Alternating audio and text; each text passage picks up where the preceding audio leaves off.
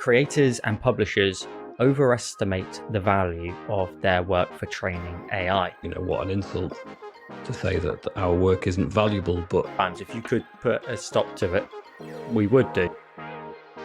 Hello and welcome back to another episode of the Sketchwave, our weekly show where we talk all things Procreate digital art because we're both Procreate tutors here on YouTube.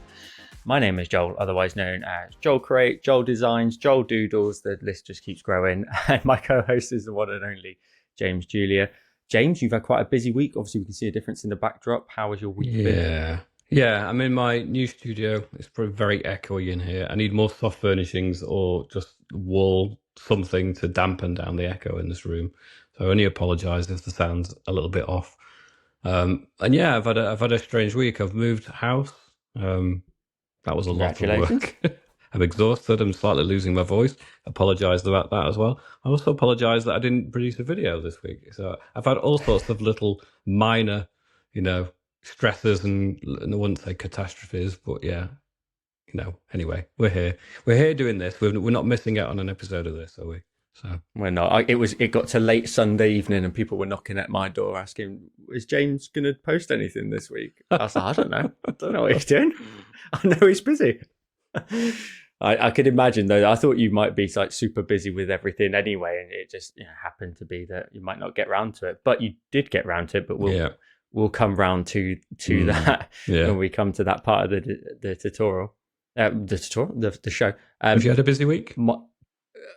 Pretty standard procedure. The only thing I've done really this week is I listen to a lot of content creator kind of podcasts and talking about how to manage sort of YouTube and everything like that. And I truly just live for it at the minute. I love it so much. But he said something to me not to me directly, but in the podcast that reference about sort of organizing your life in slightly different ways and maybe offloading certain things, even as small as just having your food shop delivered. Now I've changed it because I would normally go out and do it, but it's freed up another day in my week for content creation, which I can't sort of, it's quite a hard one to explain, but the weight taken off your shoulders a little bit, knowing that somehow, if sometimes when we're so busy, we would always love to have another day in the week. And I know it's only going off and doing that, but it would usually be tied in with lots of other things that were just while you're out and about, you tie it all in. So a little bit of weight off my shoulders this week, knowing that I've now got tomorrow as well to record and, really try and get, if you stay sort of locked in on it, it will just become so easy and such a breeze because so much content ahead and all that kind of thing and future planning for the channel over Christmas and stuff like that, being able to just get the videos to a point where they're all ready to go and just not really have to do anything potentially for a month and just enjoy the festivities. Someone did say that we refer to, someone I saw in a comment on a previous episode mentioned how we say the word holiday, but because they're American, they're like, holiday is like Christmas. And I said, well, holidays to us is like time off. It's a vacation. Yeah. But there was a little bit of a row in the comments. I'll say that. But other than that, carrying on with work as normal. I'll probably follow this on a little bit with when we get to the tutorials later on that we've released in the last week, or not released potentially as well. But we are going to split this episode up. This episode, as always, is going to be sort of our main topics towards the beginning, and we're going to take a look at our previous tutorial designs later on in the episode. I'll leave chapters down below.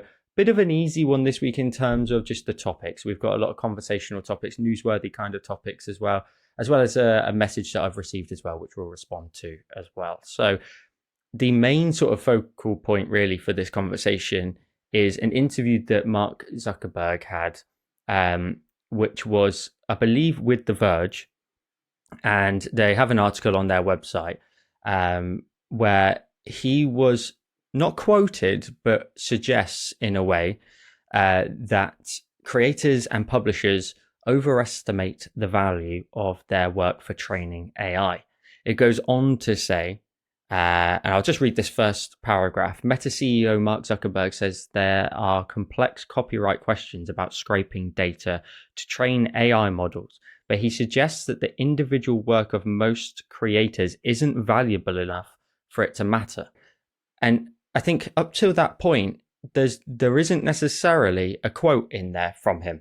He suggests that the individual work of most creators isn't valuable enough for it to matter. Now, let's just explain a little bit of context for this if no one has watched our previous episodes about sort of roughly in this kind of space. All the companies at the minute, such as Facebook, they create these AI models, and AI models is just a program that's waiting there to be given content to learn from, to then increase its knowledge base and its sort of database to give you responses, curate content in whatever way you need it. And at one point, we had a situation where Instagram was being scraped by Facebook, because of course they own it, so that they could train their AI model. And it rightly so, it wound up a lot of people. We spoke about it as a full episode of why people might be jumping ship from Instagram and going to apps like Kara, which we can talk about as well shortly. But that rightly wound up quite a lot of people, and it's somewhat gone a bit quiet. But then because Facebook have had a sort of, and I say Meta more than Facebook, Meta have had a kind of developer conference recently. All of Mark Zuckerberg's basically everywhere in lots of different spaces talking about everything that they do as a company. And this one has popped up. So we will talk about the rest of the article in a minute, but does this stuff still, like, does this annoy you in any way? Does this like frustrate you in the same way that I've seen it annoy other people? I think I can understand what he was trying to say from that statement. I would interpret it as meaning that culturally, what would be the impact of any individual when it scraped millions of images, I guess. So if you have, say, if you had 1,000 images on your Instagram account and they were all very distinctive styles of artwork, well, it's probably collected maybe even billions of images, so it's going to be such a tiny drop in an ocean of images that it has scraped, that I think I would interpret the word valuable is an interesting choice of word. I think people might take offense just at the word, but I'm guessing what he means is that it will just be such a small amount compared to the whole. And I think the word valuable probably means that, I imagine. So because our images are on Instagram and they'll be in the mix, but it's a bit like adding one drop of orange concentrate to a swimming pool. Are you going to taste it? Are you going to notice the impact that has? Perhaps not. And I guess the word valuable is the issue, because people will take offense at that and think, well, what an insult to say that our work isn't valuable. But I think that's probably what he meant by that, even though he had a poor choice of words. Do you think that's what he meant, or? Well, we can say what he meant, because obviously the title says he suggests that, creators overestimate the value of their work. But he goes on to actually say, I think individual creators or publishers tend to overestimate the value of their specific content in the grand scheme of this, which I think is extremely important. He goes on to say that my guess is there are going to be certain partnerships that get made when content is really important and valuable. But if creators are concerned or object, when push comes to shove, if they demand that we don't use their content, then we wouldn't use their content. It's not like it's going to change the outcome of this stuff that much, which, as you just said, to a degree is completely correct. And do you know what I think this comes down to? I think this probably comes down to the type of person that Mark is. He's very, and I say it like, I text him every other day. What I mean is he's very technical. He's very data driven. He's a very smart man, but he's looking at the data, and the data is suggesting that if me or you say you can't use it, it's not like Facebook. I keep saying Facebook is Meta. Meta's sort of future AI program has been derailed because me and you objected to them using our work, and that's what, to a degree, he is saying, which in a factual, data-driven response, he is completely correct. But I guess when you use kind of, again, data-driven language to a degree, to regular souls, it can be like, well, hang on a minute. I spent hours on that piece. What do you mean that wouldn't be of any value? Do you think value to you? There is any interpretation that would be about monetary value? Do you think that is it possibly did mean monetary value? It's not kind of the way I was reading it, but do you think it means money value? Oh no, no. it's the value in which it would give to the data set, to the database, etc. To actually learn from. Oh, that makes sense. Yeah. So and I guess it's like, if like what you used, the analogy was perfect, is to concentrate in the swimming pool. You wouldn't notice the difference, which is what he's trying to say. I think this article as a whole kind of has two sides to it, which I don't really like. Obviously, there's the factual part of it, of the whole thing that, they are still doing it. They're cracking on with it. It's, as we've kind of used the words before, inevitable that it's just happening. They all have massive investment that they have to try and return, which AI ultimately is probably going to do that.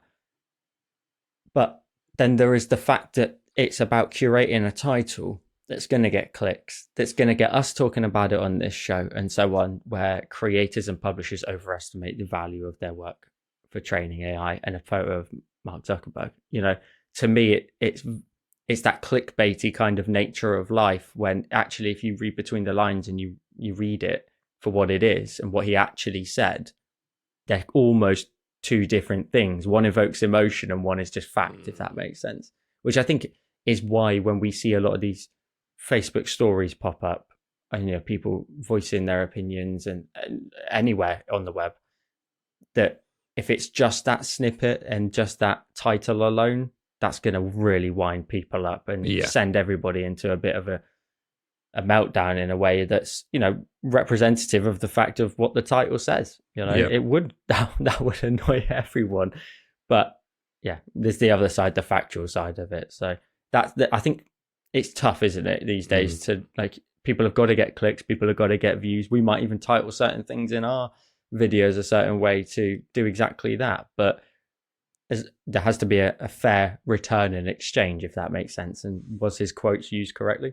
Not quite so much. You can't go around completely misconstruing things, can you? Misrepresenting things to be the polar opposite of what was intended.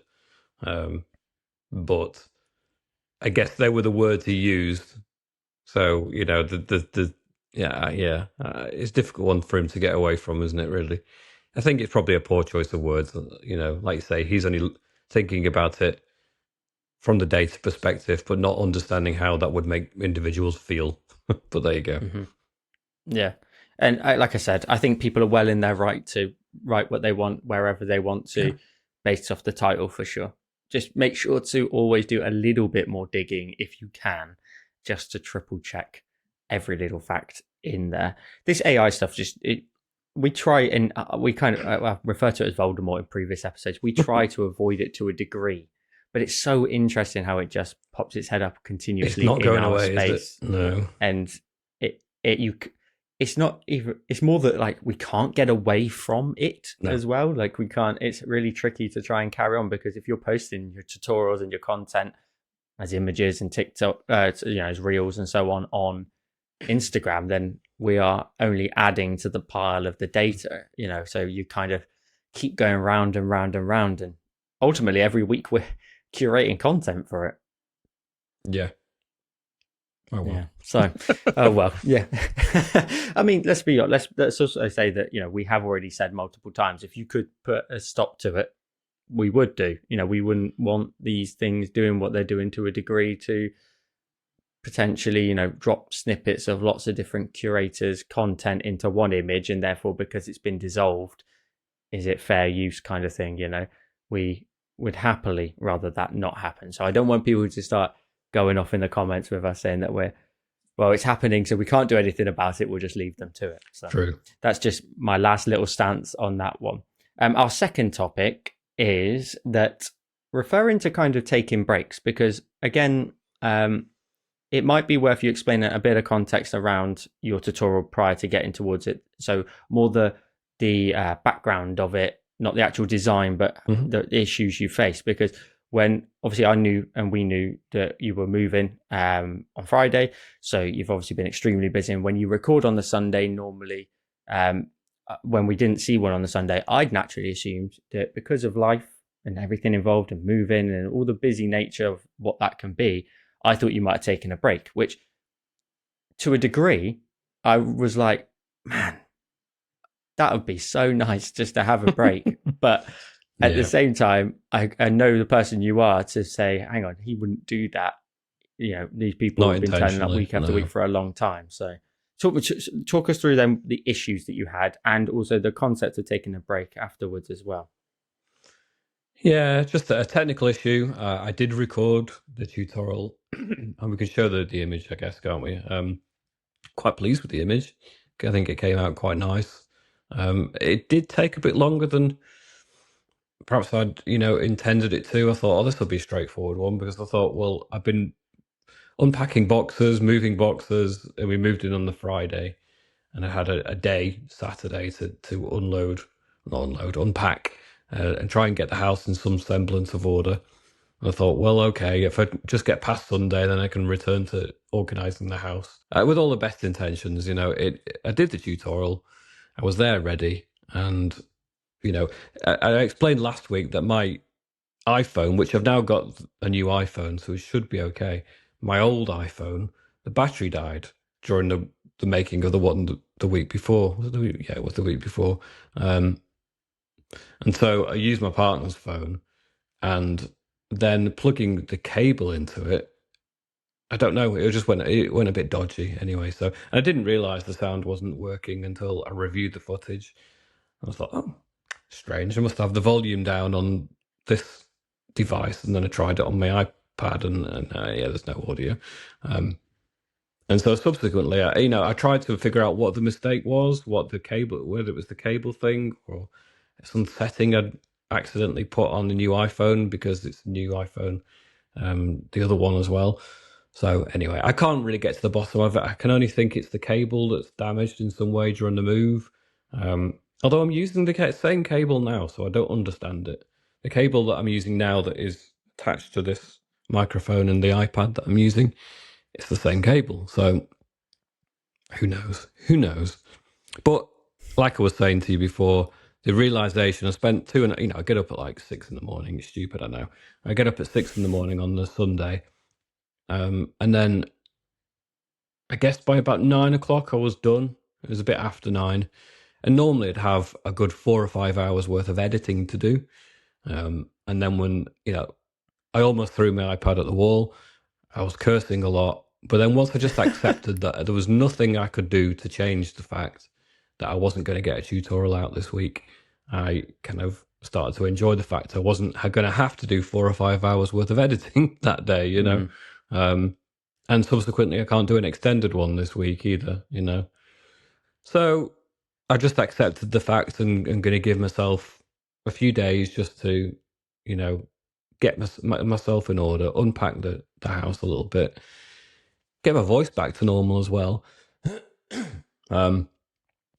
And I think sometimes fate just plays a hand for you, doesn't it? And you can't work past it after a point. And if all these things have come at once, so I've moved house, I've had technical issues. I mean, I hardly ever have any issues with my tutorials. In the 9 years that I've been doing it, this hasn't happened before. That I've missed weeks through illness. Wasn't the COVID put me on my back for 1 week, and I missed that tutorial. But it's not that often. I've never had it due to technical issues. So there you go. But I think in some part the God, the spirits, whatever, decided just I needed a few days to not work so hard. So I'm going to take that, and then I can always do the image next week. Although I've got other images in mind now because I'm now in October. I was thinking more Halloween related things and spookier things. So I might hold off on the lighthouse image until a later point, and we'll see how it goes. It might not even be till January. I don't know. Depends how many people express, disappointment that this one wasn't used. But we'll see. We'll see. So I think there's two sides to this that I think are really interesting to explore. I think first of all, the obvious one is I think your audience as a whole are probably far more understanding than we probably think they are, to a degree of saying, well, yeah, you're busy. That's fine. Take it, have a week off. That's fine. It is what it is. These things happen. We'll see you on Sunday. And I think 99.9% of the audience. There was one or two comments that weren't apply. quite as understanding. Oh, really? Oh, yeah. So did you make a post? Did awful. You? They weren't awful, but they were saying incredibly disappointing. It's like, okay, sorry. I think people say that though, and it's just generally their emotion at the time of like, oh, I wanted to do it. I wanted to do a tutorial tonight. I take it in a positive way, really, ultimately, because if it's that disappointing, it obviously means a lot to them. So, it's true, isn't it? So you've moved house and now you're looking on the positive side of things rather than the opposite that you've done for 21 episodes prior to this. Yeah.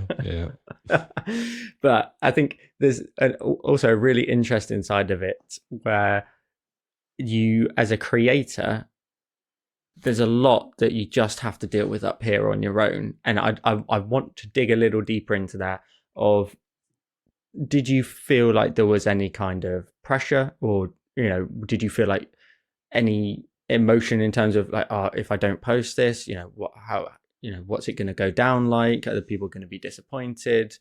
Talk me, is there anything that came across your mind in that sense? Because I think as a creator, you are on your own to deal with these things, and sometimes there's not really necessarily anybody in the space to understand the situation to then say it's okay. It's all in your own head. I think to a certain extent, I don't worry too much about the YouTube thing. And I know it might sound flippant, but the patrons over at Patreon, I would a little bit more concerned, because they're exchanging money for a product and they're supporting in a monetary sense.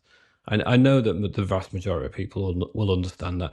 I wasn't intending to skip the Sunday, so that I would never do it on purpose. I think I would never plan to skip a week. But circumstances sometimes make it so that you end up having to. But it was never part of the plan to miss it, even if it was like, Christmas Day morning. Well, no, maybe not Christmas Day morning. I think I'd have to answer for that. But, if it was a day around Christmas and I was still having to get up early and do a video, I would still commit to doing that. I know it's yes, but I don't really worry in terms of like a backlash or anything like that on YouTube. I don't like the idea of disappointing, but it's more a question of not wanting to disappoint people over at Patreon mainly, because they're the ones that show that extra level of support. And at that point, when money's changing hands, I think that changes the dynamic a little bit. The rest of it on YouTube is all goodwill based, and I'm hugely appreciative of the followers, subscribers, people who enjoy it and come to rely upon that as their kind of calm space once a week. But I did post a link saying, well, there's tutorials from this time last year, or that might be relevant, and I know that I don't think for a second that there's many people that follow me that have done the full 9 years worth of tutorials. They may have done the last 12 months or the last 3 years, but there'll be something in there that they can dig through and find a new one they haven't done, I'm sure.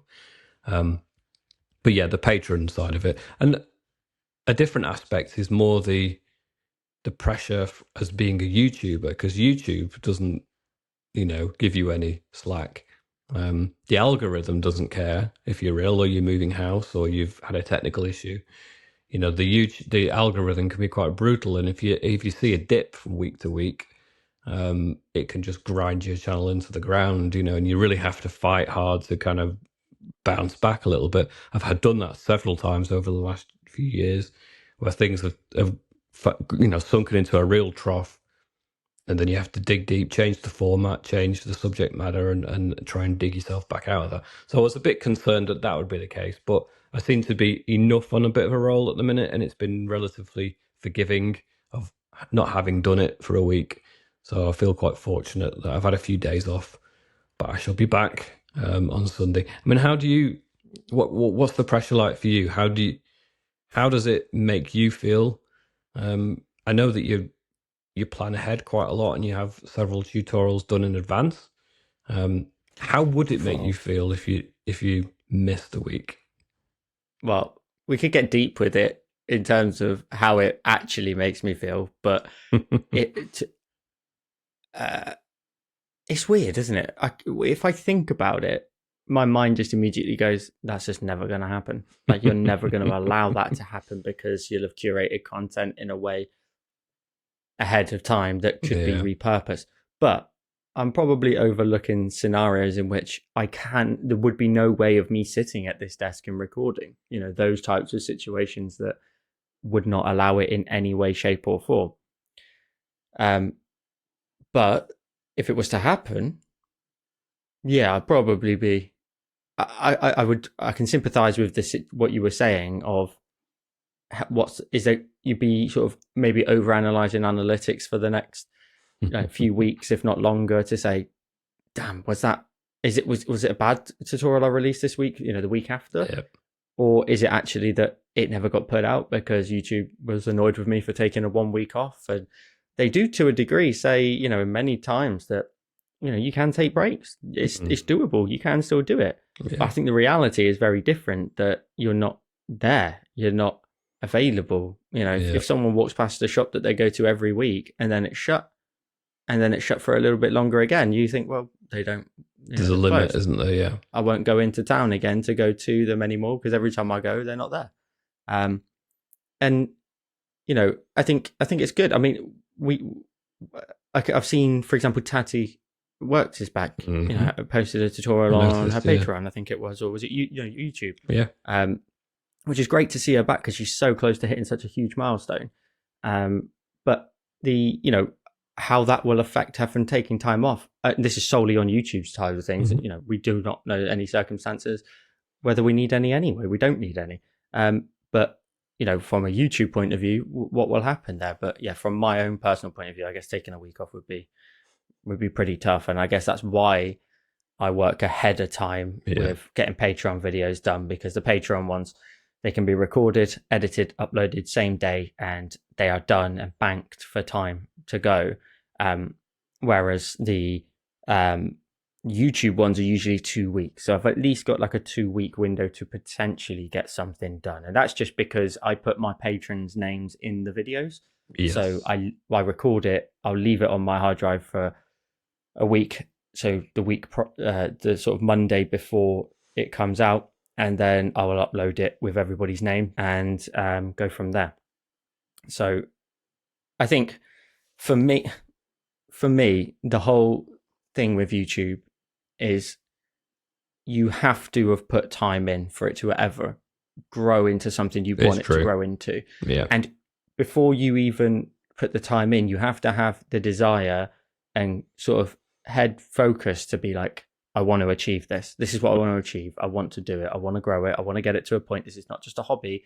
This is more than a hobby. This is a job to a degree, but it's a passion job, Yeah. And for me, I have a full-time job, daytime job, and then I know I've got a lot to do. I've got all of my channels that I've got to do stuff for, and the pressure of it is just, it's crushing at times. I can't deny it. And I don't know why I put so much pressure on myself in terms of all the spaces I've got for all the different channels, because I know that they're growing. Then you look at the numbers and you go, well, actually, the second channel's now doing really well.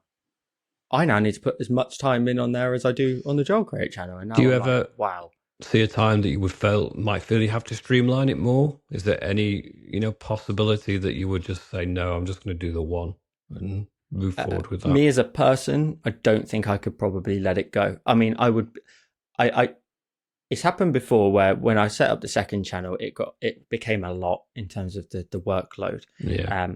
And at that point, I did take a break. I took a break on that channel for like 4 months, I think it was, and that was great. And then that was because I was trying to curate content weekly for that channel as well, and it just doesn't fit.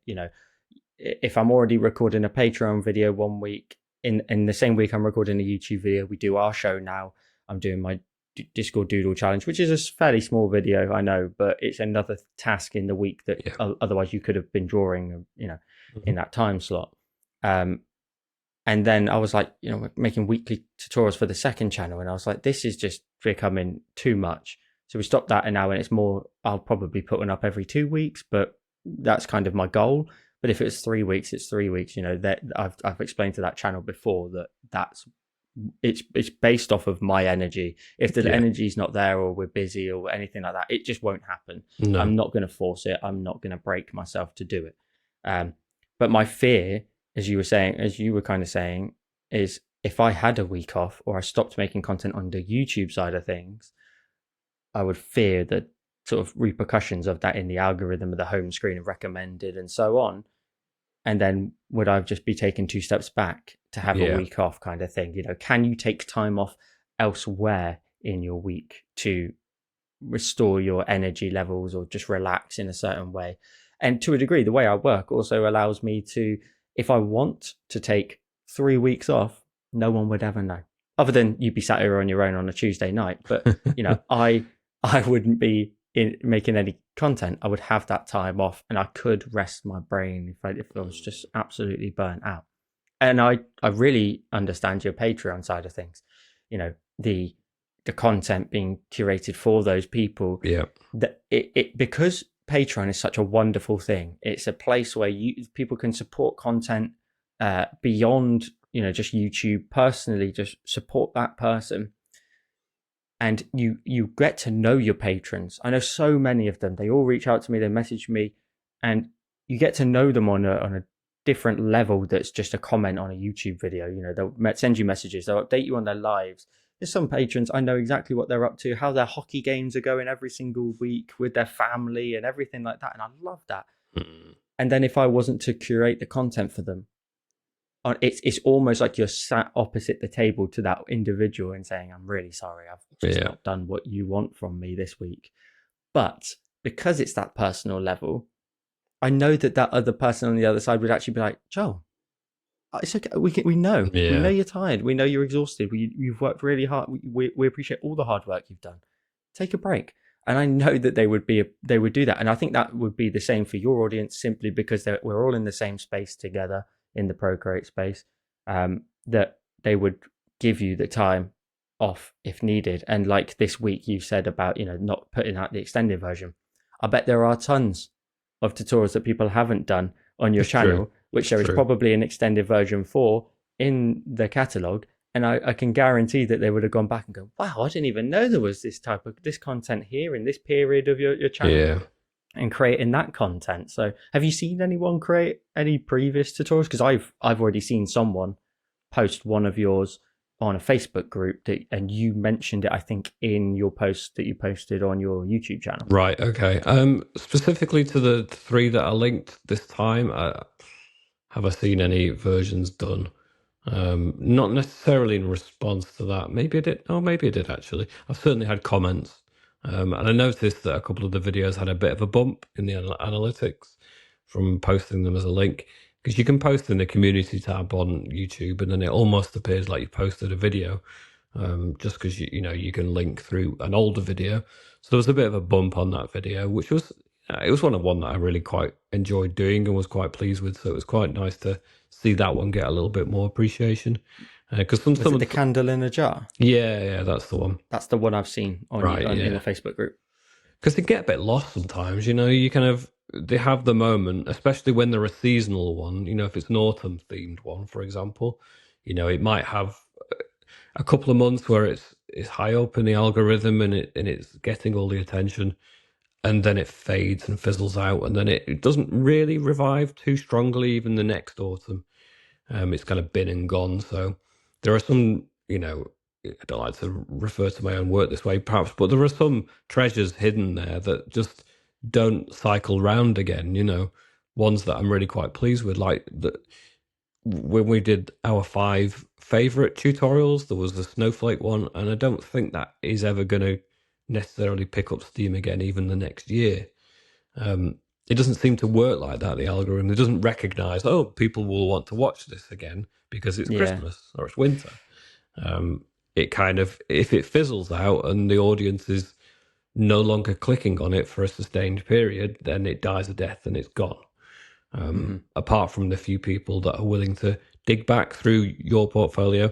And there's certainly a percentage of subscribers that will do that, but the algorithm won't be pushing it to new people that haven't already found you, So some tutorials get buried, and so perhaps I should post more of them more often in that community tab, because there are some there that I think that warrant. The only problem with that is I find that because we advance in terms of our editing and the technology, or just the video intro, or just the format in some way, I then look back at them and I'm a little bit embarrassed by the things that have now got better, but the tutorial still stands, some of the older ones. And do you find that your older tutorials, you cringe at any of them, or do you feel that they still stand up? Not so much cringe at them, but there is one you were referring to, like your snowflake. I've got one that I'll wheel out every Halloween. I'll wheel that guy out, and he brings in the views. It's a paper cutout Halloween design, and I'll post it on Instagram like it's the brand new tutorial. Post the links, and it will pick up views. I mean, there's also the Easter version of that. I remember I was at a friend's wedding. It's all scheduled to go out. I'm like, I'm going to be busy all day. It's all scheduled. It went out. Bam. Looked at my phone. 40,000 views. I'm like, what? 40,000 views on a channel my size. I'm like, what? Yeah. And the line was going up and up and up. And it's the one video that's ever done that, to like in literally within like 12 hours. Yeah. And then I looked at my phone again in the evening, and I'm like, God, how much have I been drinking? Because this says 60,000 views. And I'm like, what is going on? And that one, every Easter since, gets a little bump. Wheel it out, put it back out, and it does get a little bump here and there. When you look at like the general graph, it doesn't look like much, but in reality, every Easter it has continued to bring in views, and I think it's close to like 100,000 views now. And I think they do pick up a little bit of steam. I think we probably have to maybe do a little bit more in terms of getting it out there again. It's making sure that, I guess, more than just posting it in the community tab, it's like posting it again in like Facebook groups and so on, as if we would normally do when our new tutorials come out.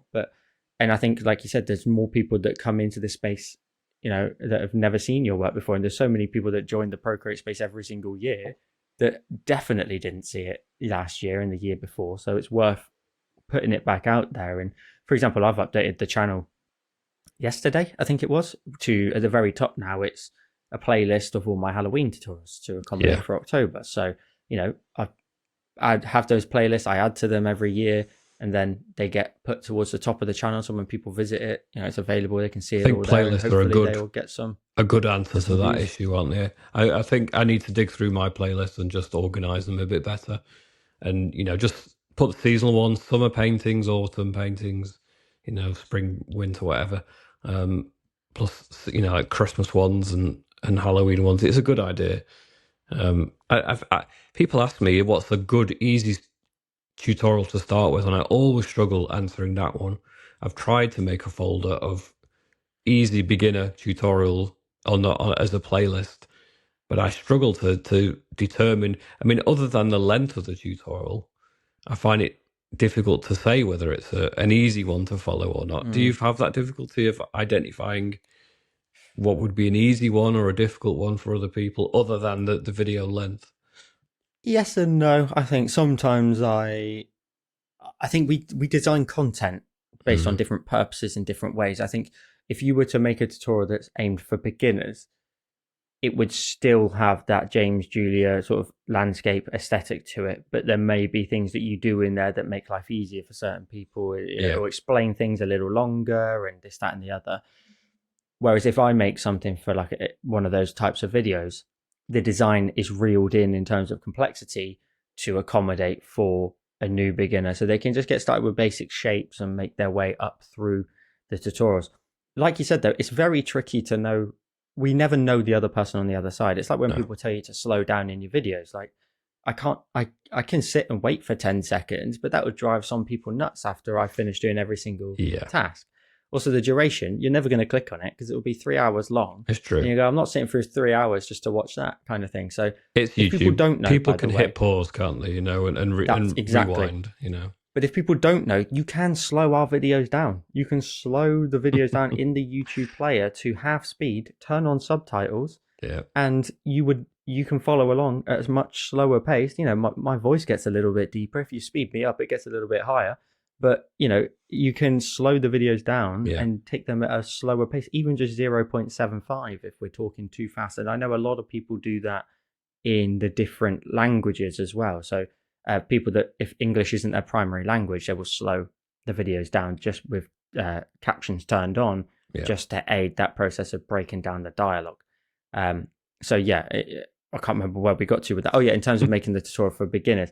So I think that is a factor in there as well. So, it's hard to know who the other person is on the other end to know, is this accommodating for a beginner, or is this, is this even too easy, or is this too complex? So it is a tricky one. And I guess how you sort of view your videos is very much like you said, the aesthetic of it, the you as a person and your techniques at the time and so on. And then that might then not allow it to qualify for, a playlist of that you want to put on the channel potentially. I love playlists. I think they're great to try and change the content. Like I've got playlists for duration as well, because sometimes it's not a matter of the complexity. It's like how long's the tutorial and how long have they got in their day, and they can find a playlist that fits their duration and go from there instead. It would be cool to see some of your other stuff as well in playlists on your channel.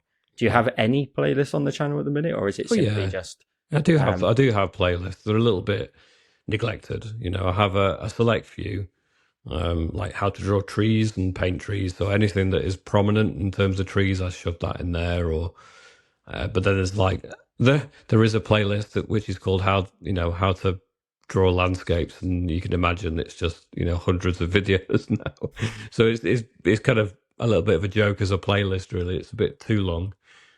So some just really narrowing it down to specific types of video for different reasons was probably the sensible thing to do. Let's talk ahead then. So for the rest of the year, I don't know how many tutorials in terms of how many weeks. I think we've got about 3 months fully, haven't we, now, to curate content. Where do you think your content's going to go in terms of like concepts and sort of themes? Because I saw someone and they commented on a post on Facebook, and they said, yes, it's the end of the year for you guys, but us in New Zealand, we really struggle when it comes to this time of year for you guys, because you're moving into the autumnal season and it's spring here. And by the time it's Christmas, it's summer for them. So I immediately was like, well, I've got loads of summer tutorials you can go back and do, but they won't feature any Christmas trees, which I guess, like for me, I guess depending on what side you're on, you only ever think of those seasons in that way. Whereas for me, it's always Christmas with a snowy tree, not a sunny tree. I can't even imagine what it looks like in any way. So how do you think your content's going to go, do you think, for the rest of the year? Do you think you'll maybe dive back into some summer kind of themes, or is it mainly now going to follow the seasons? No, I'm going to follow the seasons. It's the way that I tend to do that. I mean, my biggest audience is the US anyway. And I know that America is so vast that, if you go to certain, if you, for example, people in maybe New York, they're going to get really bitterly cold winters and proper Christmases. Whereas if you're in LA, I don't imagine that it's quite the same. So, it depends, I suppose, doesn't it? Where people are based and what their seasons are like. But I feel that I'm going to do what feels authentic to myself, and what is piquing my interest at that particular time. And, if even in, Australia, New Zealand, they will still celebrate Christmas with all the stereotypical Santa Claus, Father Christmas, traipsing around in the snow. So there will be iconography that's still geared towards Christmas, even if the weather there is not actually the same as the artwork that they're surrounded by. I've had friends in Australia that they go to the beach at Christmas Day. It's just such an alien concept, isn't it? That you would do that. But no, I don't change it up according to how other people may be experiencing the seasons. I try to keep it relatively authentic to the way it is for me, and that way it keeps my enthusiasm up, and it feels a bit more authentic that way, I think.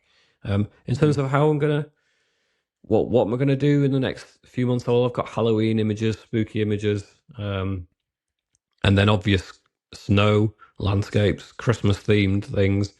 I'm going to try, and I have been trying to do kind of almost anime style, a little bit more heading towards that. So I've done loads of landscapes and images that are very much in the kind of almost photographic look. I think I'd like to do slightly more stylized. I've done a few over the past few months, and they seem quite popular, and I enjoy the change of style. I'm going to see if I can successfully do without becoming too cartoony and too jarringly different from what I've done in the past. I tried to subtly kind of nudge it in that direction. So if I can somehow steer it a little bit in the anime, I would say manga, but it's not. I don't know. I think when they first came out, anime things, everyone called them manga, but I think these days, anime is a better reference term. But like Studio Ghibli style, which is a really lush, kind of slightly over exaggerated color schemes. When the sky's in there, it's a really deeply saturated blue, for example. And rather than muted colors, it's just a real pop of oversaturated colors. So I'm going to see what I can do with that. But I may steer back to some images that are quite realistic as well. But we'll see. I don't have a grand plan at this point. I just week to week, because I prefer it in that sense. I mean, I'm ridiculous at procrastination. You know, I leave things till the last minute. I try not to, but I just seem to have the mentality that inevitably leads me to doing things in the last minute. But that does allow me the flexibility to respond to what seems to be doing well in that moment. So if a tutorial's done well last week, I can follow up with it and catch the wave of it a little bit. Whereas if I plan too far ahead, well, I'm stuck with what I planned weeks ahead of time. So I like the flexibility of being able to just shift gear and try a new thing in the moment. But I mean, how about yourself? Do you already have a plan? I know that we work very differently. Do you have a plan for what you're going to do over the next 3 months, or is it still? I told you that on Thursday it will be the 3rd of October, and I'm going to be creating my first Christmas design. Then that kind of gives you an insight as to where I am. So yeah, like I've did all my Halloween content for Patreon. This is Patreon only, by the way. So this is Patreon, Right. because that's, again, that content gets uploaded, done. It's in the sort of. So do you have more flexibility with the YouTube then? You do that a little bit more in the moment. That's literally, I've got 2 week. I always give myself the 2 weeks. Right. So 2 weeks. What I recorded on Monday today goes out. Monday yesterday goes out on Thursday next week. So it's just shy of 2 weeks. It's like 10 days. Yeah. That's the time between something getting recorded and something going live on the channel. So it will always fit the kind of scheme, though. You know, like that one was a Halloween themed one, which when you look at that, that'll be like early to mid October, but the whole rest of the month will be Halloween themed anyway. All of the content on Patreon is Halloween themed, but this year I've tried to do something different because I feel like my audience gets split every year, and I hear them on both sides where they say, you know, there's a lot of this spooky stuff and it doesn't really fit with what we like. I'm like, fair enough, I appreciate that. And then there's other people that go the other way and say, we love the spooky stuff, but you don't seem to have done much of it this year. We love the landscapes, but you seem to have done your spooky stuff this month, you know, kind of thing. Are we going to get back to normal? So I've created 2 kind of very similar kind of tutorials where they're landscapes, but they integrate Halloween objects hidden within them. Right. We'll probably talk about that one 2 weeks from now on YouTube. You showed me one of them already, haven't you? Yeah. I did show you one of them. Yeah. Another. So I'll send you the other one as well, so you can take a look at that one. But that one's coming. There's another one that's coming out on YouTube then in a couple of weeks' time. Again, similar kind of concept, tying in the 2 kind of sides to the audience: a little bit spooky, a little bit Halloween themed, but a little bit landscapey at the same time. Kind of this lately, I've been having I think because we spoke about pressure and stuff earlier. I think because we have this conversation as well every week, to a degree, there's a level that I want to make sure I'm, you know, hitting to a degree, because we've got our audience here where we're going to break down our tutorials too as well. You know, we're going to have a conversation about them as well. Now, I'll come to it later on in the show anyway about this week's. You know, this week's was really just based on one concept, but the design was not what the audience probably were expecting, and that's why it's not done quite so well. So I think there's a lot of pressure also to try and make sure you know what kind of works for the people that are viewing your videos. You need to try and hit that. And I think that's where I've tried to think far ahead. And I did a lot of time trying to think about these ideas to make sure that everybody's accommodated for that spooky feel. And again, the kind of landscapes, to make sure I'm hitting all the criteria of a video rather than just one particular element. But yeah, Patreon, you know, like I said, starting some Christmas themed stuff. And I say Christmas themed, some of it will be like winter aesthetic to start with. Yeah. Flow on into the rest of that month, which will mean that it'll be a little bit more Christmassy. Because on you know, once I break from work, I do like to, which is just around about sort of the 20th of December, all the way through to around about early January. You know, I like to have that time completely off to enjoy, you know, that festive time between Christmas, New Year's, and before you go back to work. All of those kind of 10 to 14 days usually, I want to completely check out. You know, I'll read my comments and everything will be recorded to go out. You said earlier about potentially having to record on Christmas Day. You're lucky because Christmas is a Wednesday this year, so you won't be recording. Mm-hmm. But Wednesday wise, you know, on that Boxing Day is a tutorial tutorial that's coming out for me, and that will be scheduled and it will come out. Whether or not it'll get any views, who knows? But yeah, I like to do some planning, but like you said, I think sometimes you have to somewhat be time frame aware of like when is your content coming out and not missing that kind of vibe. Which is why YouTube, I can be a little bit more time aware of where we are in the year, to even though Patreon is time aware, but in terms of if something's just really tanked, I haven't done 6 videos of it back to back, and then it's just like, oh god, you have to put the house up for sale. So yeah. It's fun. I love it. I will always speak highly of it. I love it. It's pure drive. It's pure purpose to just keep wanting to do it and make, you know, like we said earlier, to make your patrons happy as well. These people that really believe in you. You know, when people sign up to my Patreon at like the highest tier for a whole year, I'm like, that person, first of all, wants to support me in that sense, but also that person knows and expects me to be here in a year. If that makes sense. You know, that person signed up to 12 months worth of content.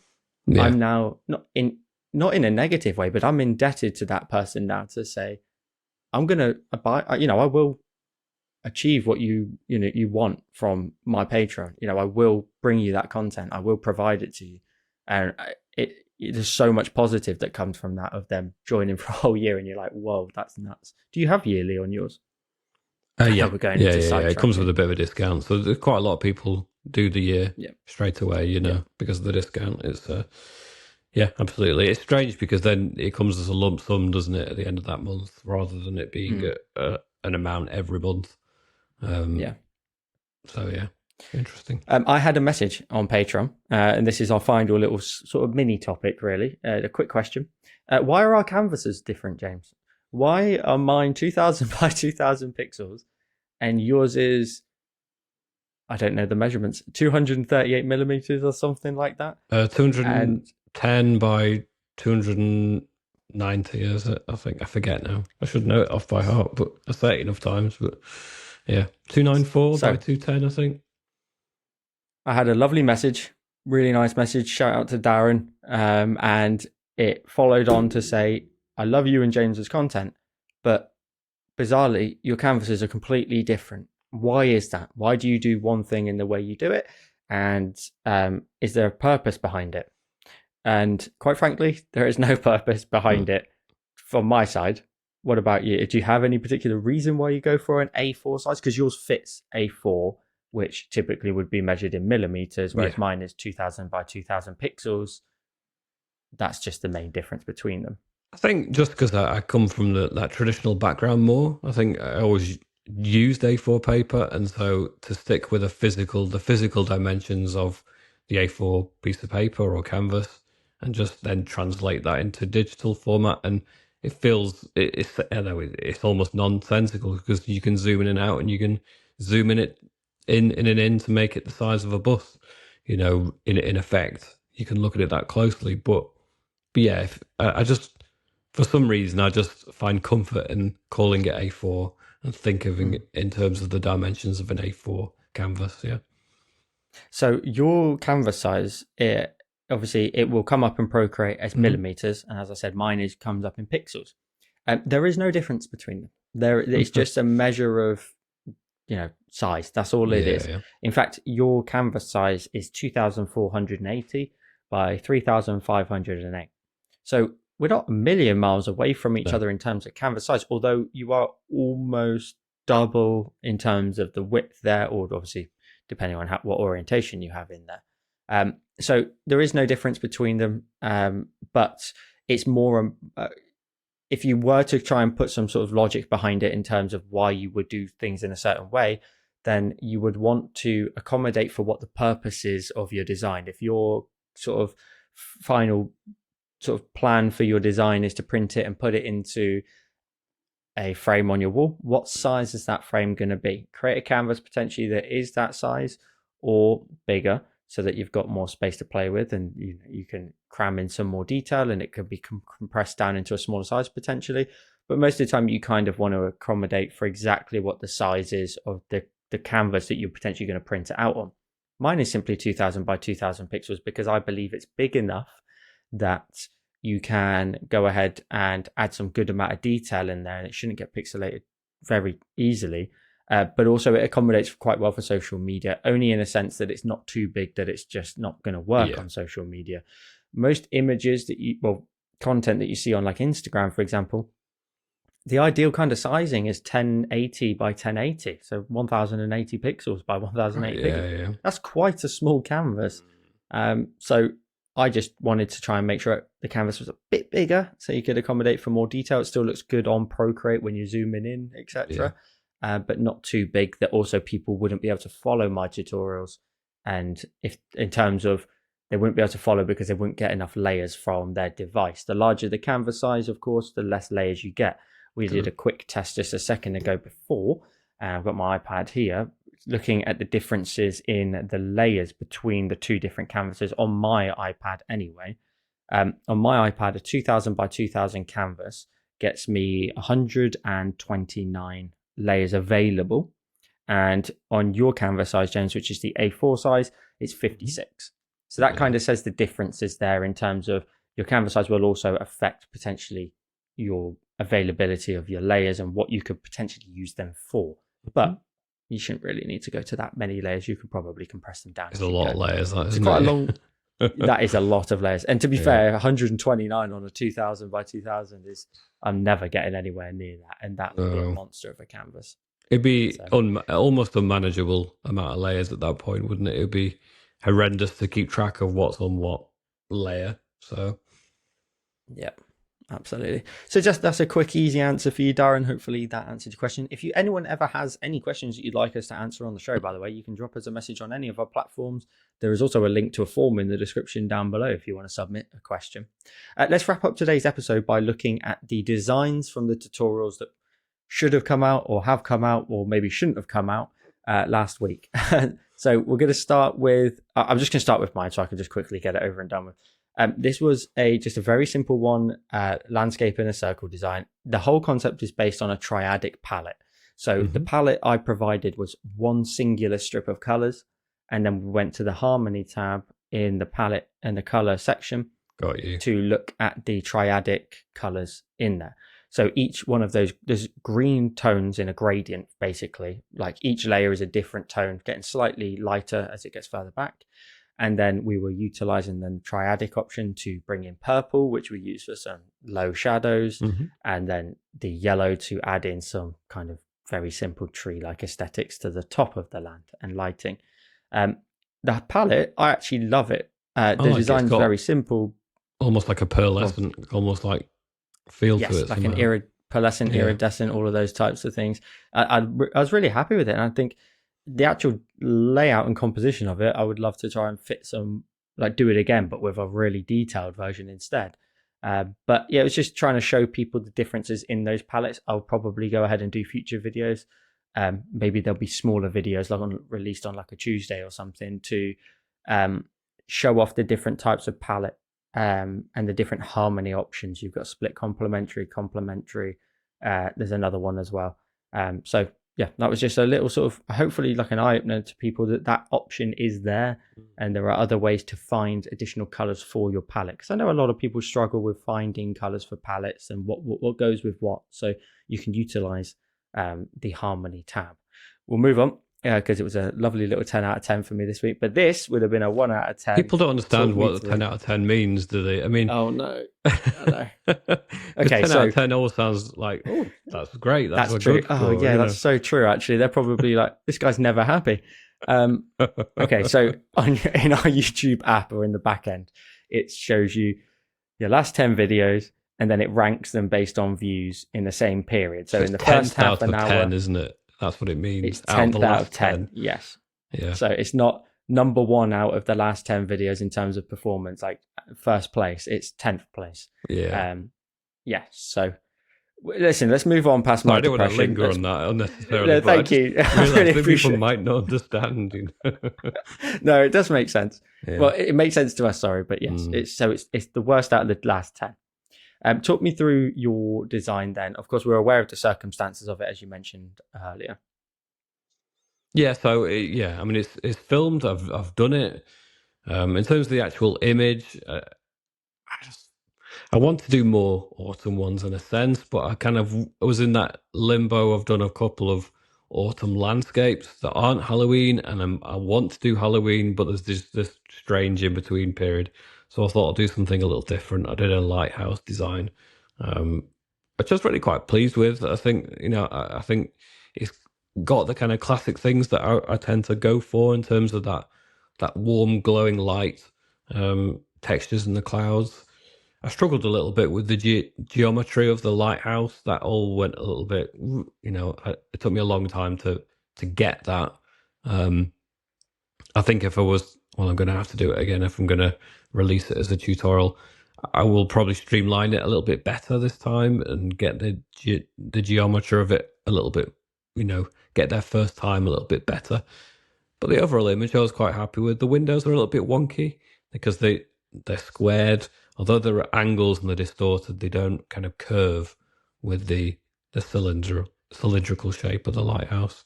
But no, I enjoyed doing it. I like the color palette, and it was one that I was pleased with. And sometimes you have to take a step back, don't you, before you can really see the value in it. And I look back at it for the sake of this conversation. I looked at the image in Procreate. I thought, I like it, but I didn't like it as I was doing it. When I was actually filming it, I was struggling with it, and it didn't feel like it was going as I wanted. And then it's only with a little bit of distance away from that I can look back and appreciate it and value it now. So it's one that I'm pleased with. I think I probably will renew it, refilm it with audio. I could, I suppose, edit it and then try and do an overlay. But honestly, there'll be little details in there that I'll just be so difficult to try and remember what I did say, because I've got no audio either. There's nothing for me to base it off other than the visual, and I'll probably get the percentages wrong in terms of something. There'll be errors made just by, and it would turn a 4-hour editing into probably a 20-hour editing. So at that point, I might as well just redo it. But I think for this coming Sunday, I'm not sure I'm going to use that one. I think I'm more likely to go ahead with the autumn theme now. I think I'd quite like to do a spooky, although we've done like cabins in the woods, or huts and buildings. I think I'd quite like to go for some spooky looking building in the forest or in the woodland area as well. So I'm gonna steer it subtly, using kind of things that I've already been doing, but just tilt it a little bit more into the kind of creepy, spooky atmosphere. Could you not re-record this now and kind of solve what we spoke about earlier? Say, well, if you want to kind of make use of the design and not push it too far back in the year, record it and just upload it as a Patreon exclusive tutorial as a kind of thank you almost as such. Yeah. It's an idea. I don't want to put you to the sword really on that. No. That's something I could do for... it as an exclusive just for them really, and then that's the full tutorial, and then you're back as friends again. Definitely, yeah. No, that's something they may look into getting the time into, because there's been a couple of times, that I've missed out on the Patreon, because the Patreon for me is so closely linked to the YouTube output, and when I haven't managed to release at YouTube, then it's the patrons that I feel most guilty of. But yeah, no, you're right. It would be a way of offering them something perhaps that perhaps doesn't have a place at this time of the year, but it's a way of actually using it, isn't it? No, I can see the value in that. I could almost see it as a valuable one in the new year, though. But I don't know whether I want to leave it that long, because if I leave it that long, I'll completely forgotten how I did any of it anyway. So true. Yeah, I only say that because it is a beautiful design. It's so good. You've got those lovely, again, that kind of cool and warm tones that you've used quite a lot.